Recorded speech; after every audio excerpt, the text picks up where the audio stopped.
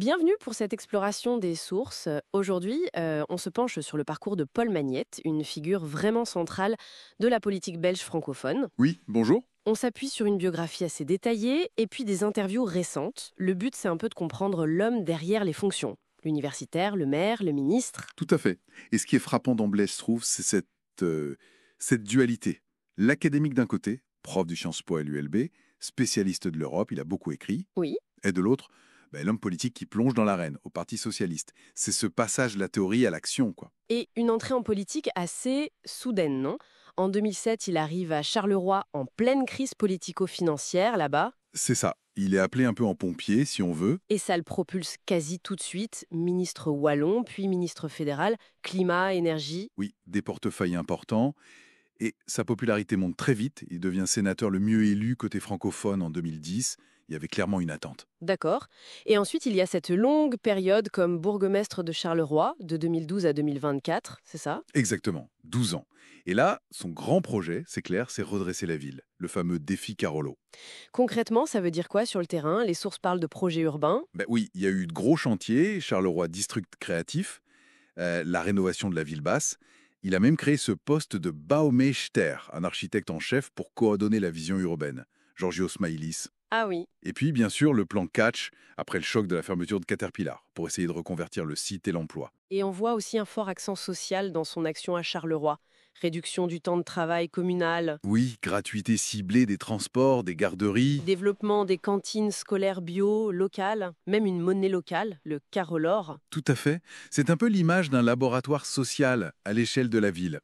Il y a aussi eu des plans pour l'égalité femmes-hommes, la lutte contre les violences faites aux femmes. Et pourtant, il renonce à briguer un troisième mandat en 2024. Oui, et il le justifie en disant que Charleroi mérite un bourgmestre à temps plein. Ce qui montre bien en creux la difficulté de cumuler avec la présidence du PS qu'il a reprise en 2019.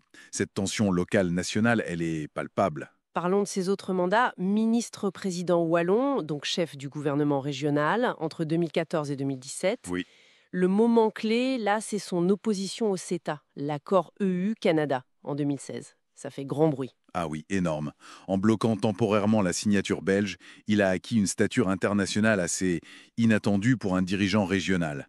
Un vrai coup politique. Mais les sources rappellent aussi la controverse des ventes d'armes à l'Arabie saoudite sous son gouvernement, Oui. un sujet récurrent pour la Wallonie. La défense, à l'époque, c'était l'absence de position européenne commune claire sur ses exportations, malgré le conflit au Yémen, Et son gouvernement tombe en 2017, d'ailleurs. suite au renversement d'alliance du CDH, oui. La politique belge. Revenons à la présidence du PS. Il reprend la tête du parti en 2019, après un premier passage. Et là, il est au cœur des très longues négociations pour former le gouvernement fédéral de Croo en 2020. Interminable, oui. Il a été un formateur, préformateur avec Bart de Wever de la NVA, ça aussi c'était quelque chose, puis co-formateur avec De Croo. Il en parle dans les interviews de cette période. Oui, il insiste sur la patience nécessaire, les compromis inévitables dans le système belge. Il explique même pourquoi il n'a pas brigué le poste de Premier ministre. Trop difficile d'être le garant d'une coalition tout en défendant à fond les valeurs de son parti. C'est un dilemme classique du pouvoir, mais bien illustré là. Et pendant cette présidence, on note aussi un travail sur le fond idéologique du PS, des congrès sur l'écosocialisme, Oui, lié justice sociale et écologie. C'est devenu central dans son discours. le social-féminisme aussi.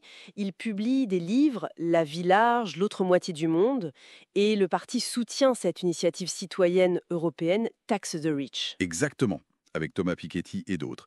Une volonté de marquer le coup sur la fiscalité des plus riches. Bien sûr, les sources évoquent aussi des controverses. Sa rémunération comme président de parti, par exemple. Oui, présentée comme la plus élevée des présidents de partis belges. Ça a suscité des critiques, forcément, par rapport à son discours sur la taxation. Et puis des débats sur la laïcité, ses positions sur le port du voile dans l'administration ou l'abattage sans étourdissement. Et des sujets sensibles qui ont généré pas mal de discussions, oui. Pour finir, un mot sur sa vision actuelle, d'après son discours de vœux 2025. Très critique envers les gouvernements de droite. Ah oui, très offensif. Il dénonce l'augmentation du coût de la vie, les coupes budgétaires qu'il anticipe. Et il analyse le contexte international. Ah oui, Trump, la montée de l'extrême droite en Europe. Et en Belgique, il accuse le MR, le Parti libéral, de normaliser ce courant d'extrême droite. Donc il appelle à la mobilisation, à une opposition forte et à refonder le projet socialiste. Il cite l'Espagne comme un contre-modèle à l'austérité. Donc en synthèse, Paul Maguette, c'est vraiment cet intellectuel plongé dans l'action politique, naviguant entre le local à Charleroi, le régional, le fédéral, la direction du parti. C'est ça.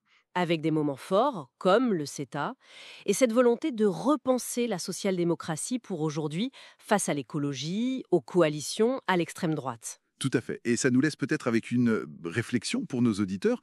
Comment est-ce que cette trajectoire particulière, avec ces allers-retours entre la théorie et la pratique, parfois conflictuelle, du pouvoir, comment est-ce qu'elle illustre les défis, les compromis, peut-être les impasses de la gauche de gouvernement dans l'Europe actuelle?